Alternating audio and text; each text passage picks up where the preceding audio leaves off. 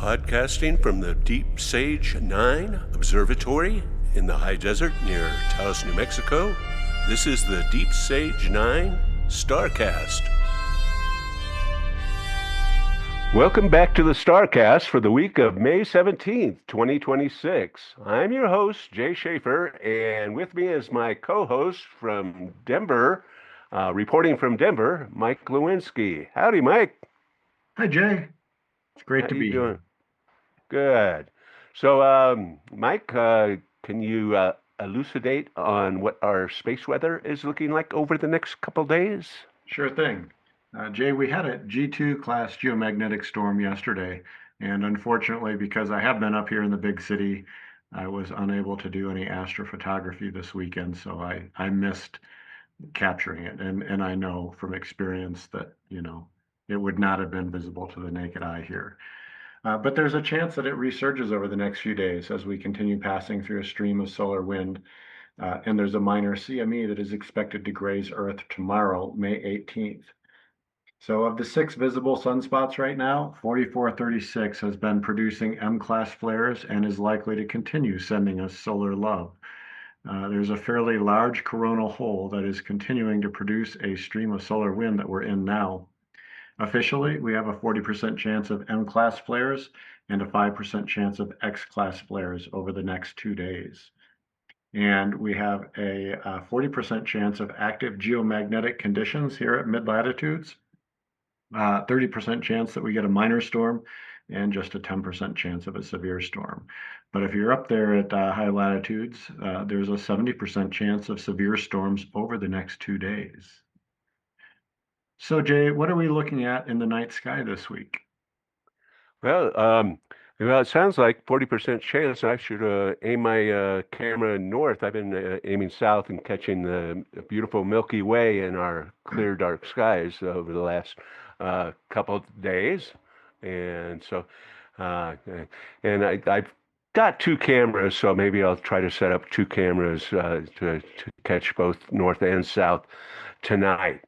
And so, uh, it's now the day after the new moon, and as seen from the northern hemisphere, a razor-thin young moon will appear low in the west after sunset tonight on May 17th. And blazing Venus will be above the moon, and bright Jupiter will be above Venus. So don't miss these for the next few evenings, because tomorrow night, on May 18th, the moon, Luna, will kiss Venus.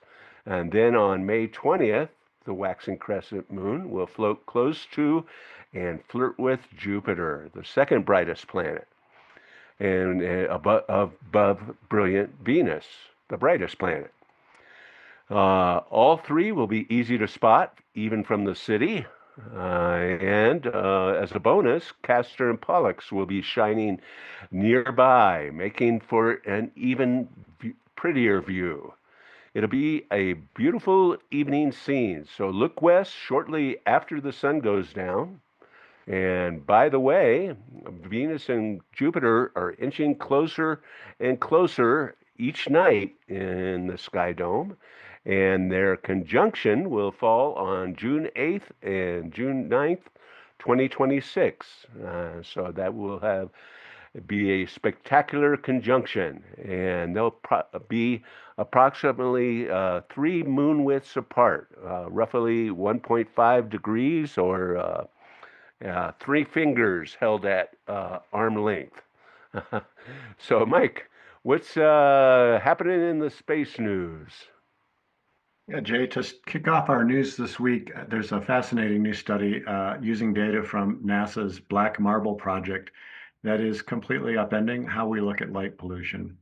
For decades, a prevailing assumption among astronomers is that the Earth is just on a steady, gradual march toward getting brighter every single year. But researchers analyzing nearly a decade of satellite data between 2014 and 2022 discovered that there's a much more volatile, flickering reality.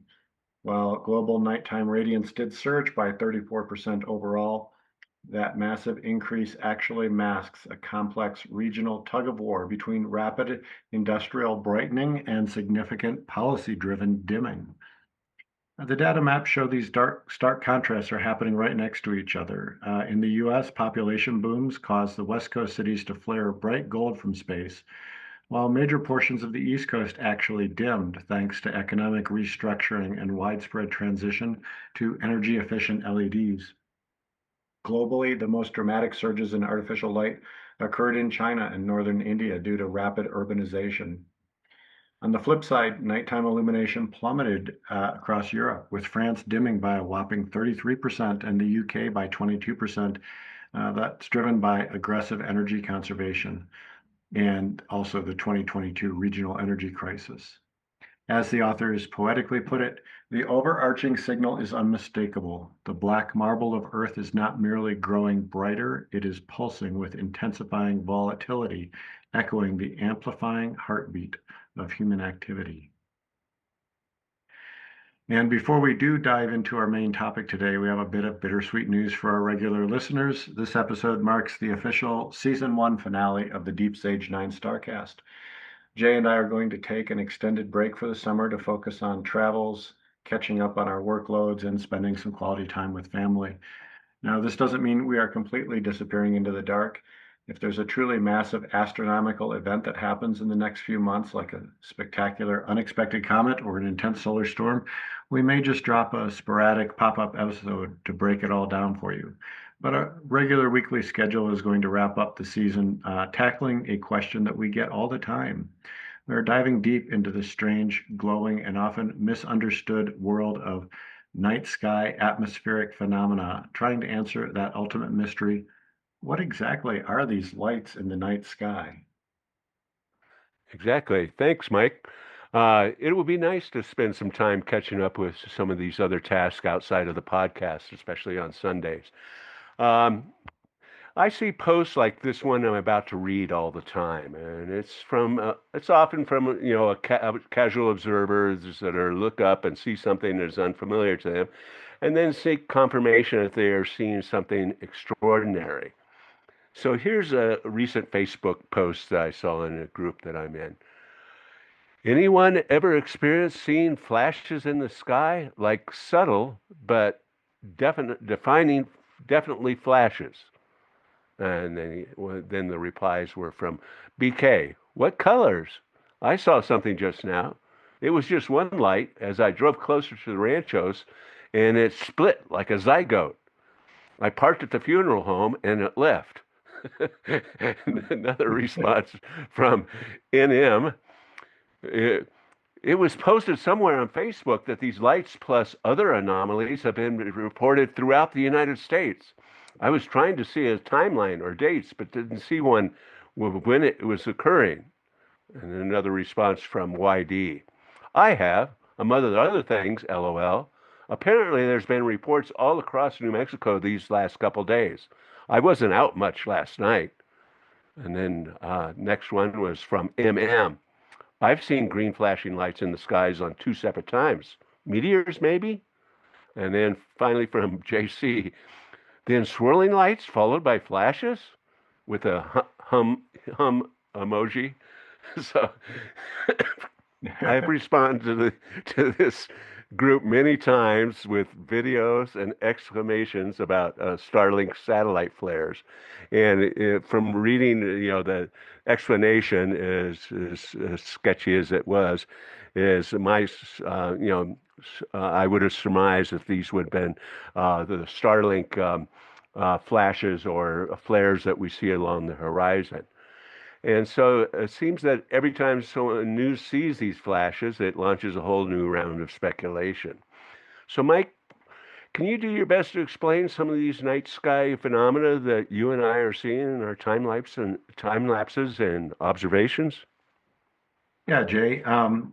Boy, I first started photographing wide field night sky in 2011. That was about the time that the mirrorless cameras got inexpensive enough that I could afford one. And the technology with digital cameras at that point made it practical. And I had seen some night sky time lapses that just really blew my mind. And so I was very excited to be able to try that out. And I will say that, it's one thing to walk outside and spend, half an hour looking up and taking a couple photos. It's another thing altogether to um, set out a camera every night before sunset and let it run to sunrise, and then in my case, usually two cameras. So I'm capturing about 70% of the sky with wide field cameras in time lapse where we take a 10-second exposure and then immediately take another 10-second exposure. So the gap between my exposures is usually less than 1 second. So effectively, I'm capturing almost all of the night sky, probably 70 to 80% of the year, and have been doing so for, you know, the better part of the last decade. And so, the first thing that when I first started doing this, it was satellites, it was airplanes. These were the first things that I started to notice in the sky as objects that were moving. And, I started to pay, of course, some attention to is this a meteor? Because that's what I was really hoping to capture were some meteors. And Mhm. so I learned early on how to differentiate. And, the primary point is that, most meteors are shorter duration than 10 seconds as they're actively entering the atmosphere. And so satellites and airplanes, those light trails persist through multiple frames. And it's pretty easy to distinguish in a still frame from a time lapse airplane from a satellite because the lights on the airplane wings are typically flashing red and green, and as a consequence, they look like dotted, colored trails, whereas the satellites are just reflecting sunlight, and so they are just single points of white lines that Yeah. then appear from frame to frame with a very tiny break as the camera is resetting between frames. Yes. So And so, yeah, and another thing on that is that, usually aircraft, you will be able to track them from horizon to horizon or from a horizon till they go out of your frame. And often I notice with satellite trails is that, they appear when they get into the sunlight, and so that may or may not be at the horizon, and it usually is quite a bit above the horizon, and then they tend to appear and disappear. that's right. And same goes for the International Space Station, which, is always kind of an exciting sight. It's one of the brighter objects that is moving across the night sky. Again, it's just reflecting, but because of its size, it's quite bright, and it will disappear into a shadow. And so there are sites out there that give times for overpasses, and it just based on the uh, amount of time lapse that I make every year, I capture it, dozens and dozens and dozens of times. I will also say that airplanes are sometimes doing fairly interesting things. If you happen to be near an airport and you get takeoff and landing, there's often plane has to take off in one direction, but then it has to do a U-turn and come back the other direction. If there are low-level clouds or even sometimes high-level clouds, you get airplanes passing through the clouds, and those are some of the most fascinating objects to look at in a time lapse, where you just see this, glowing red orb that's, shining through the cloud. And you can't really, I can't often say definitively, well, that's an airplane, but I can say from practical experience that that's an airplane. I Yeah. can't say it definitively, but statistically, Yeah. that's what it is. Yeah, Um, and then and knowing kind of how our aircraft lighting works, and so often I live fairly close to our little airport here, and so they'll actually they'll do their final t approach turn, and then turn on landing lights, and so then and that adds to this kind of from a whatever your point of view is as that turn and then the turning on of the lights, that can definitely appear as something unusual to a casual viewer. right. I've seen that and captured that myself a number of times, and sometimes it's very stunning. We also get a couple other kinds of flights that really capture attention. One is search and rescue, because I live, at the base of a number of 14ers that are particularly hazardous. We seem to lose one or two people a year that, and by lose, I mean they fall and die, or they become very injured and require dramatic rescue. And often, they've been out there hiking all day and then they don't show up at night. And that's when the search and rescue team goes out. And so, I get to see helicopters and airplanes that are circling the mountains with spotlights pointed on the mountains. Um, and so that's always very interesting, especially if it's a prolonged search, where they're up there flying for hours and then, returning to refuel and then going back up and looking again for somebody who's lost. And then also, when there's a forest fire, I have seen planes that are, fighting the fire with water drops, and they will be also circling over that site and coming and going repeatedly. So over, several hours, it starts to create a very interesting light trail. If I stack my frames together, then I get these circles of light over the glow on the horizon.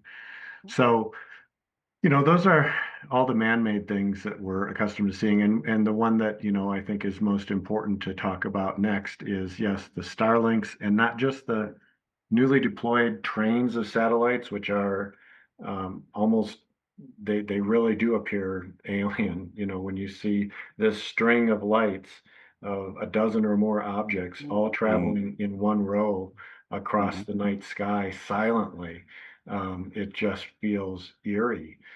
Mm-hmm. And next to that are the actual launches of the Falcon 9 rockets. And even in Colorado and New Mexico, we can see the plume of the exhaust as those Falcon 9s launch out of Vandenberg Space Force Base in California. So when I know that there's a launch, sometimes I will go out with my telephoto lens and point it to the west, and then put the live launch stream from YouTube onto my cell phone and listen to the countdown so that I know that it didn't get scrubbed at the last moment. And then I hear that there has been a successful launch. And then sometime within the next 10 minutes, if I'm lucky, I see a cloud of white light that is starting to ascend into the night sky. And by that point, the rocket itself, is well into orbit, and I'm seeing the trail of exhaust from one of the boosters. Mm-hmm. And you and I have both captured the so-called SpaceX Aurora, where the rocket is punching a hole in the ionosphere and exciting the uh, gases, basically creating ionization and releasing red light usually, and it appears as a puff, a ball of uh, Mm-hmm. glowing red light that persists for a few minutes. Um, Yeah. And very, then, actually, just this last week, while you were up there in Denver, I was lucky to capture a plume from a fuel dump from a Chinese rocket. And so this is the second time I've captured this, and it literally looks like a white ghost going across the sky, and I could see where a casual viewer would be just astounded at seeing that. yeah, and most of what we're talking about here, outside of space station and satellites and airplanes, the Starlink trains, the rocket launches, the SpaceX Aurora, these are all relatively new phenomena. I did not see any of these things up until a few years ago. So, the sky has been changing, and Hmm. not just in natural ways, but because of human influence. So, I think with that said, there's sort of a set uh, amount of human caused objects that we can see in the night sky. And then there is a whole other set of natural phenomenon that are really why I'm doing this. And, there are times when I'll tell you the satellites and the airplanes are, it's sort of depressing. There's so much happening there that the view of the night sky as our ancestors knew it it doesn't exist any longer, at least not in our part of the world. Maybe if you get toward the poles or some very remote place, you're still going to see the Starlinks because, of course, Yep. they're aiming for global coverage, but maybe not a lot of the others. I should also add that sometimes some of these rocket launches, you have a booster that spirals out of control. And I think this is probably the single most dramatic. And I have yet to really capture one of these, but I have seen Hmm. plenty of very stunning photos of spirals in the night sky where a rocket booster is venting fuel and steam and is spinning, and so that trail of what it is venting is created as a spiral. And Hmm. surely, if you were looking for evidence of extraterrestrials, that would be the thing that you would fixate on. And I don't know what to tell people who want to believe so badly that they simply can't accept the actual explanation. We know that a rocket was launched. We know that's what the booster did. We know that's how it appears. And, someone who doesn't want to accept that is not going to take any argument that I have at face value. So, like I say, the natural phenomenon are the ones that really excite me, and that I am out there for the auroras, the sprites, the air glow, and gravity waves and comets. You know, these are the things that really excite me. And of course, the meteors, and especially the meteors that lead persistent ion trains. And so as we kind of transition here into talking about those phenomenon, I think that meteors with persistent ion trains is, the first thing that I really keyed in on in the, early to mid 2010s as I had ramped up to do nightly time lapses. And it took me a while to work out all of the logistics for powering a camera for, 6 to 12 hours, depending on the time of the year, and keeping my lenses relatively frost-free in the wintertime, and just the whole process of assembling time lapses. I've gotten better at it over time. Uh, Hmm. and so sometimes a meteor as it enters the Earth's atmosphere, creates a trail of ionization, of glowing light, where the meteor is again stripping electrons off of molecules in the atmosphere and creating ionization.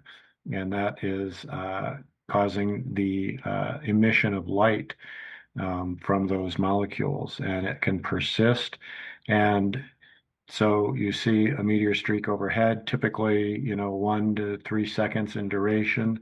A few rare ones last longer than that, but most, I would say Less than five. 95% of all meteors are less than a second or about a second. Um, and yet you see this trail of light that lasts. And now what my eye sees, may last only for another 4 to 5 seconds. But in a case like that, my camera will see that trail persisting for, 10 to 20 minutes. Hmm. And it's not just that there is a straight line of light there in the sky that gradually dims, because those ions are still within the Earth's atmosphere, even at a very high altitude where it's not surface level winds. There's not that much atmosphere up there, but there is wind. And at the very high altitudes, it is distorting and twisting these light trails. Sometimes they twist them into knot shapes, and they Hmm. bend back on themselves, and or just distort and into different directions.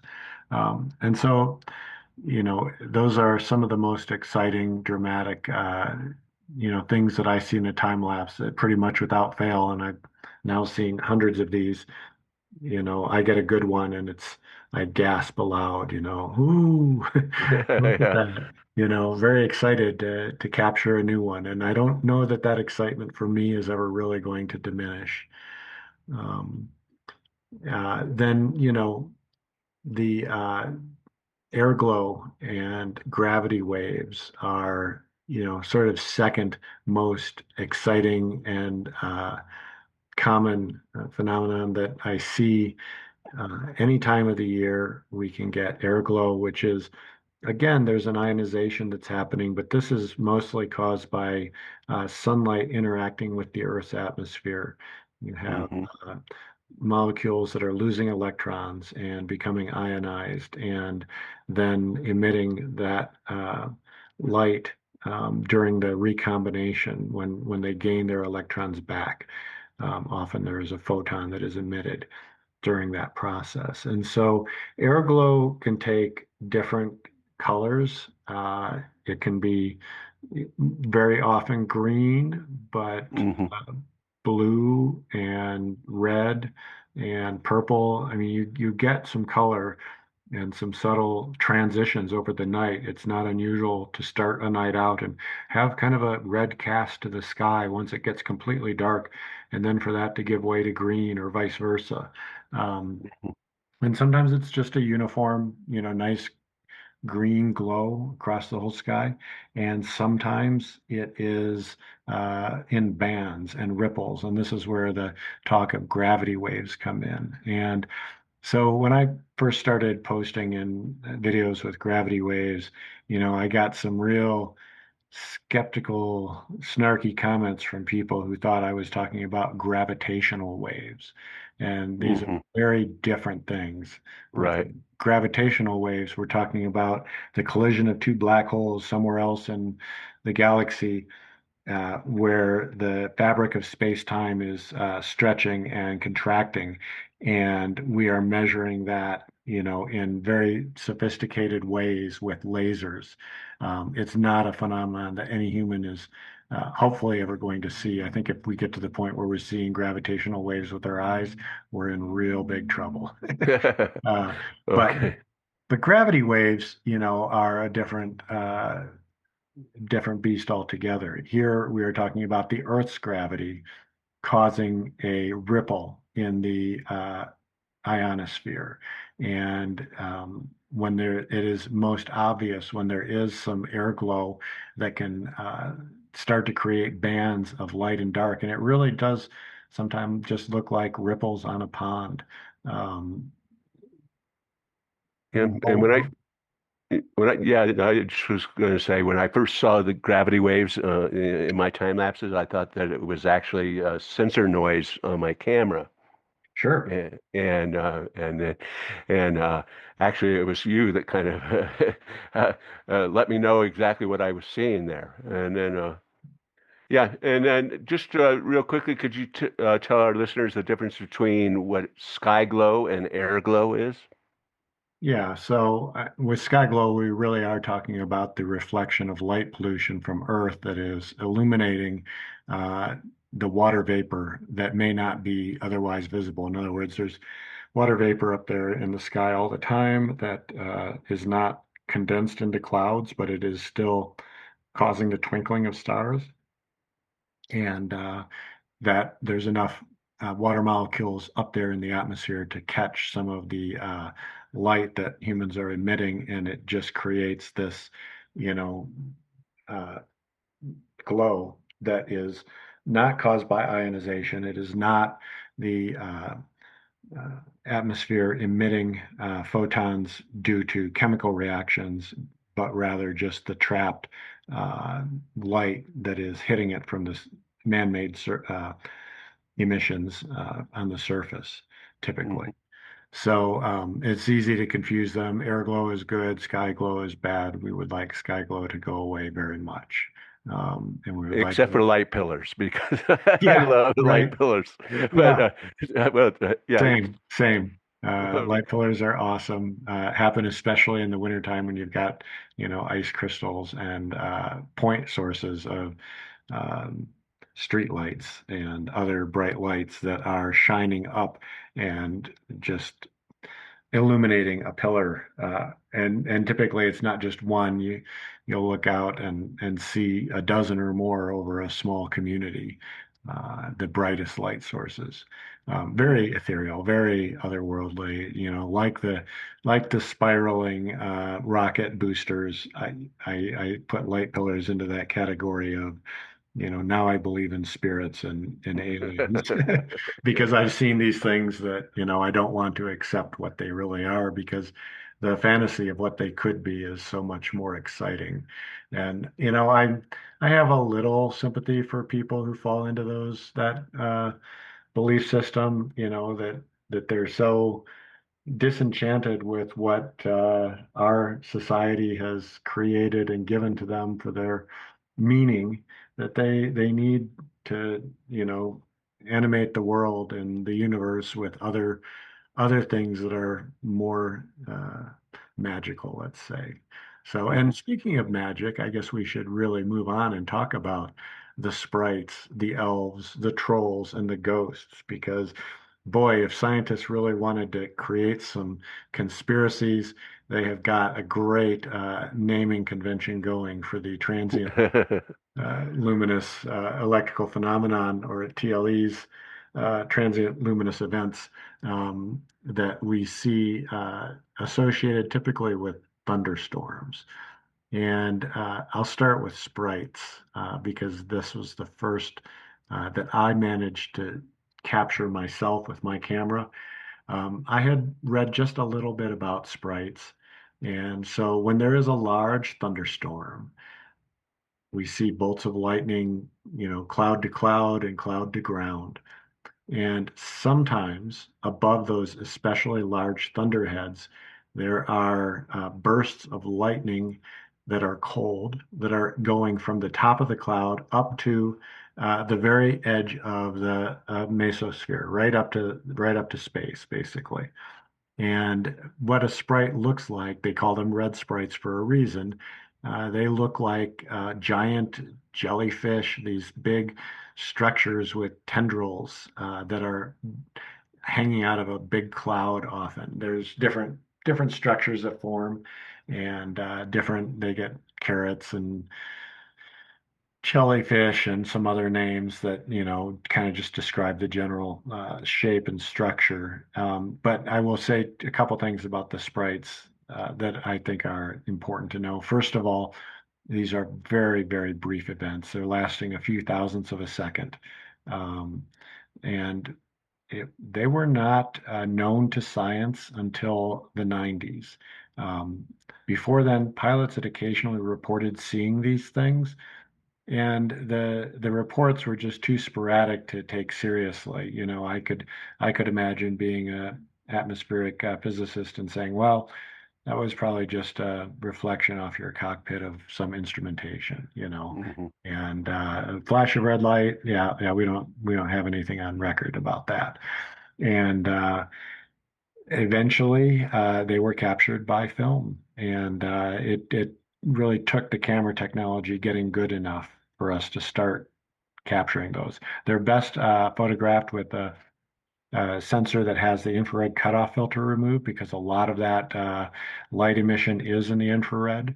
But they are sometimes visible. If you know when and where to look, and you're really, really lucky, you may get to see one. I have not been so lucky, even though I've captured dozens of sprites in time lapse.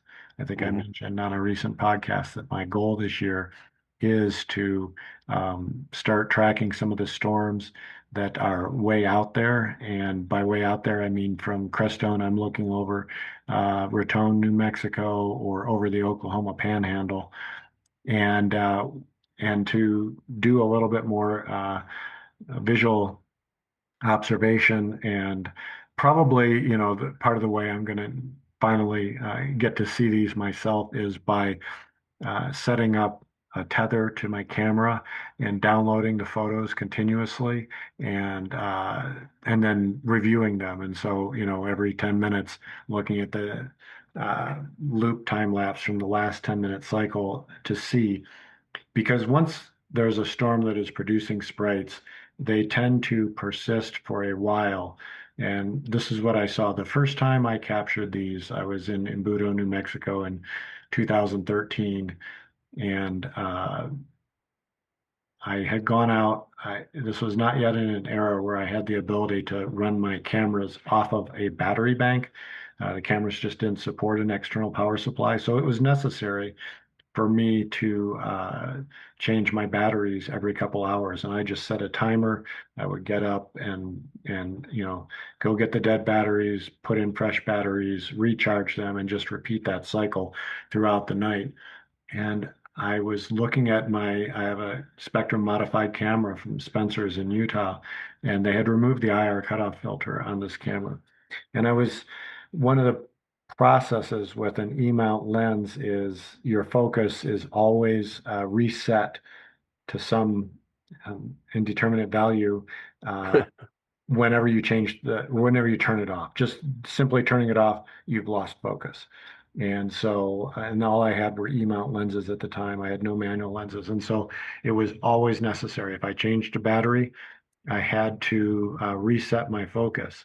And and to do that, it's always necessary to use the magnification to set it at a 1-to-1 magnification on the LCD review because what may appear to be in focus at an overview of the whole scene turns out to be very, very out of focus once you do a 1-to-1 and you see instead of these pinpoints, you've just got blobs.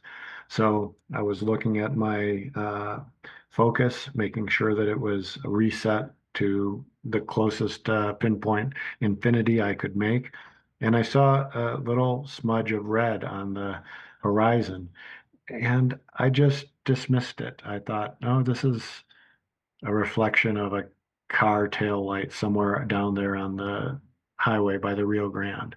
I just it wasn't dramatic enough in that particular viewing for me to think anything of it. And the next morning I got up and there was persisting for hours these flashes of sprite lightning that were happening over the Oklahoma Panhandle.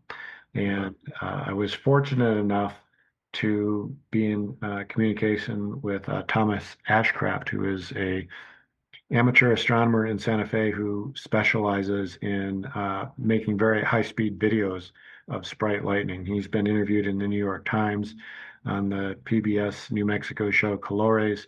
He's a very interesting person, and we also both captured a meteor that night that was pretty dramatic. And I saw his post about it or a story about it on spaceweather.com. So I reached out to him and said, hey, I caught that meteor also. Here's my photo. And by the way, did you capture any sprites last night? And he said, oh, yes, there was a storm over Oklahoma. And we compared notes and confirmed that we were photographing the same set of sprites. And it was only because he told me that they were over the Oklahoma Panhandle that I knew that that's what we were looking at. But these things tend to form over um, the plains on big storms. The really mammoth shelves. Supercells. Yep. Yeah, the supercells. And we talked a little bit. We mentioned Paul Smith last week, I think, on the show as the person who is the most um, dedicated to sprite chasing and running around the plains to find the best storms and doing.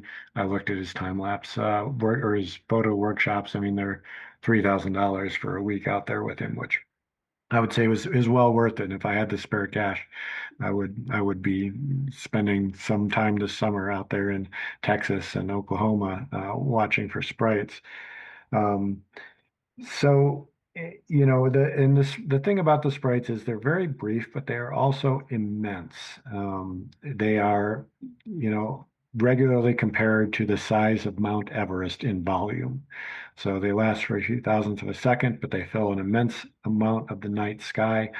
And to see them, you need to be a few hundred miles away. If you're under the storm producing sprites, you're never going to see it. Um, and then there are related phenomenon of the blue jets and elves and trolls and ghosts, the green ghosts. These are all additional and much rarer uh, electrical phenomenon associated with electrical storms. I'm not going to go into each one of these, honestly. Hmm. I've only ever captured the sprites. I would love to capture some of these others. Um, Yeah, and they're more often there's I've seen more captures of those from the ISS and observers in space than or satellites than I have from terrestrial observers. that's There's, right. Absolutely. and And and we, so we go ahead. Uh, no, go you go ahead. I was just going to bring up Steve's Yep. and that and the Aurora associated phenomena. Right. Yeah. No, that was absolutely where I wanted to go next was Aurora, Steve, and SAR arcs. And I will say the SAR arc is probably the newest to me phenomenon associated with geomagnetic storms and has been very prominent for the last couple of years that I've been in Crestone during the solar maximum. Um, at first, I thought this must be a Steve, and it was after a lot of reading that I realized that no, the Steve has a slightly different set of coloration and behavior than the SAR arc. Um, so stable auroral red is the name of the SAR acronym. Stable auroral red. And so Hmm. we call them SAR arcs because you get this band of red light that can just hang out in the same place, very stable. The name is, I think, well descriptive of what it is. I mean, it will, over the course of a night, possibly rotate a little bit overhead, from the horizon, just rising higher, but it's at such a slow rate of speed that sometimes you don't even really notice that motion in a time lapse.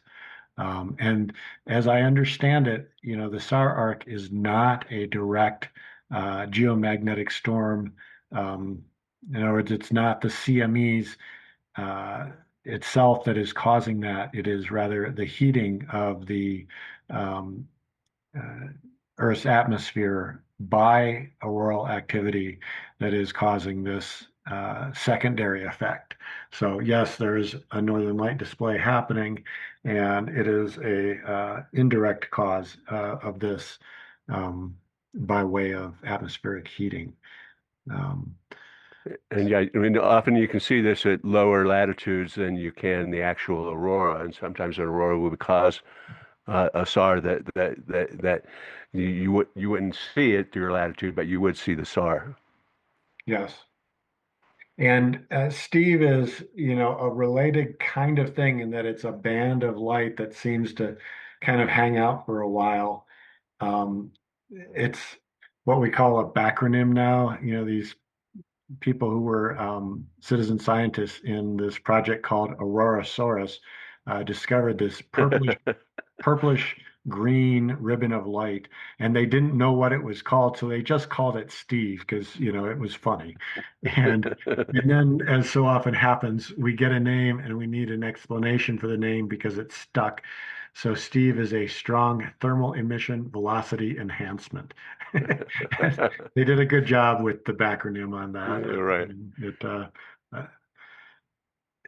so it is definitely associated with solar flares and the coronal mass ejection that come with the flares. And that's something, it's maybe worth talking a little bit here about these events. We get a solar flare, and when there is a solar flare, very often the X-rays cause a shortwave radio blackout almost immediately.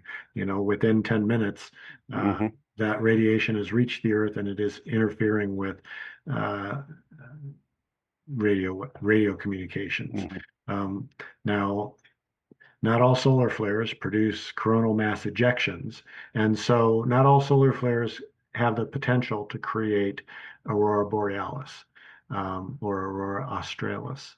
It is only those solar flares that have coronal mass ejection accompanying them.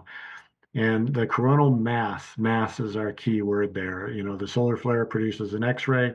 That's electromagnetic energy traveling at the speed of light. The coronal mass ejection is not traveling at the speed of light. And so the CMEs take time to reach Earth. And so if we have a radio blackout from a solar flare and there is also a CME event, uh, the geomagnetic storm is going to come uh, a couple days later, typically. It all depends on the speed of that CME, but it's not traveling anywhere near the speed of light. So, you know, talking about 8 minutes for X-ray event to blackout radio communications, and you know, typically 2 to 3 days for northern light displays to show up associated with the same flare. Hmm. Um, and so, and there are also these solar proton events, and I am not extremely well versed in all of the solar physics that are accompanying the proton storms. But I do know that there have been some massive events in the past, uh, in particular in the first uh, 1000 years AD. There were a couple events that were recorded around the world, and there may have been visible um, phenomena in the sky even during daylight hours because of these very strong solar proton events, and that are definitely recorded, you know, both in uh, the written record and in the archaeological record, in cave drawings or paintings, and then in the tree rings, in the data that we get from Hmm. studying fossils. And so, you know, we in modern times have not seen something of that scale. We talk about the Carrington event, and that was the closest we have come, um, you know, to one of those events that leaves its mark in the geologic record or the fossil record, let's say. Hmm. Well, let's we could I think we could actually talk all day about this. We haven't even started to talk about like transient phenomena like green flashes and ball lightning and orbs and stuff like that. But there's a lot of the casual viewer can use tools like we use to actually quantify what they are seeing, and I think that we could discuss about some of the tools that we use and some of our observational techniques. And so uh, I think the first thing that I would like to talk about is, when and where the phenomena was observed. So, for a casual observer, is that they'll post something. I just saw a light in the sky that did this and this and this, but they won't say, exactly what time it was and which direction they were looking and how far up they were looking. So if you see something that's unusual, first try to quantify, you know, the direction that it's in, and what its elevation might be and what time that it occurred.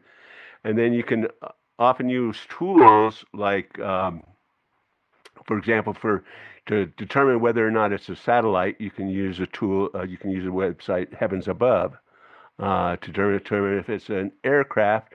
You can look at several aircraft tracking sites that track the ADS-B transponders of aircraft. And for a meteor, you can actually check the American Meteor Society and see if there are other reports of a meteor that you possibly saw. Can you expand on this a little bit there, Mike? Yeah, I like Stellarium for a lot of my general um, purpose. What is that in the sky? Because very often it's, oh, that's serious. I mean, the most common, oh my God, I saw a UFO. experience of people that I know and that I have personally had, it's been serious. It's serious. or a planet. Yeah. Yeah, or a planet, right? And so the Stellarium is an application that runs on Windows, Mac, and Linux, as well as Android, and I believe iPhone. Don't have an iPhone to test it, but Yes. um, Yes. it's very helpful. You can fast forward and reverse. It has a augmented reality view, so you can point your phone's camera up at the sky and have it overlay what you're seeing as far as stars and planets. And so, I think if we want to get serious about identifying things, it helps to already have a pretty good sense of what's out there all the time, every night, night after night, and I do, because of making ongoing time-lapse project, I very closely attune to what phase the moon is in, what planets are up, and I use things like, I should also mention, shout out to the site transit-finder.com. This is a site that you give it your location, and it will tell you when you might see ISS or Tiangong or Hubble pass in front of the moon or the sun. I see I've got a Hubble transit coming up at the end of the month, passing in front of the moon. Um, so some things are predictable, and Hmm. certainly those man-made space stations and big telescopes are predictable, and you can check on those. There's a number of other apps out there that will show you every satellite in the sky, and so you can, again, with augmented reality view, um, point your phone up and have it tell you which number Spacelink satellite that is you're looking at, or Yeah. Starlink satellite you're looking at. Um, and I also Yeah. use Stellarium on the desktop to sometimes plan if we've got a full moon rising, I like to get a good fix on where I expect to see that rising on the horizon so that I can attempt to film the moonrise coming up over the mountain peaks. It's just always a spectacular view. Hmm. And then another thing is like, and using credible sources is really important. And for example, like in some of these comments. So when we had um, the the extrasolar comet come through, I forget his exact designation, but Oh yeah. and so there was a lot of hype and misinformation out there about that, but I always say to rely on a good, credible source is always NASA, and NASA is basically public domain data and information that has been confirmed as being good, solid science. And so, if you want to find out about, uh, you know, uh, a meteor or a comet or something like that, that's always a great resource to go to rather than uh, some people have been reporting strange things around New Mexico over the last week. Yeah, right. And that was Comet 3I Atlas was our most recent one. Right, Atlas right, being, I think, the program that discovered it. 3I being the designation that it was only our third interstellar comet. right. And so, okay, so I think we can wrap this up a little bit here. And then as we're talking about wrapping up. As we wrap up this first season, it's kind of wild to realize that we put 49 episodes out there into the ether. And, and, and I say Yeah. ether almost literally. uh, and we have covered an incredible amount of cosmic territory since we started. We've tackled some of the massive, heavy hitting science topics, Mike in particular, with cosmological things and everything from analyzing conflicting studies on whether supermassive black hole or dark matter sits at the center of our galaxy to tracking the history of asteroid detection with the B12 Foundation. We've looked at the history of ET and the presidents and tracked the modern historic Artemis II lunar mission milestones and even looked into the logistics of putting nukes in space to power to power the future of space exploration. But my favorite moments has always been when we brought it back down to earth to talk about how we as backyard astronomers actually interface with the night sky. And we've shared our personal technical battles and triumphs, like transitioning our systems to Indie All Sky platform, which I kind of struggled with, and you setting up your ZWO All Sky camera, and me building out my northeast southwest array here at Deep Stage 9. And we've talked about last week, we talked about the golden age of distributed astronomy, celebrating the community power of projects like ultrastacking with fellow Sea Star owners and sharing our passion to defending our ancestral night skies from light pollution. So it's been an amazing ride, Mike, and we're looking both at the cutting edge of science and the practical joy of backyard stargazing. And these 49 episodes have really captured it all. Yeah, it has been an amazing ride, Jay, and I really appreciate you kicking this off and inviting me to join you. Okay, so we want to also thank all of our listeners for tuning into this podcast and ongoing. You can check out our websites, which we will be maintaining. Mike's will be at wildernessvagabonds.com. And mine is at skylapser.com. And in addition to the archive of the of our podcasts that are housed there, I also do blog posts and video and nightly time-lapse displays. And you can actually look at real-time observing on skylapser.com from the observatory. And you can also check out Mike's time lapses on his YouTube channel. I'm a religious subscriber, and you should be too.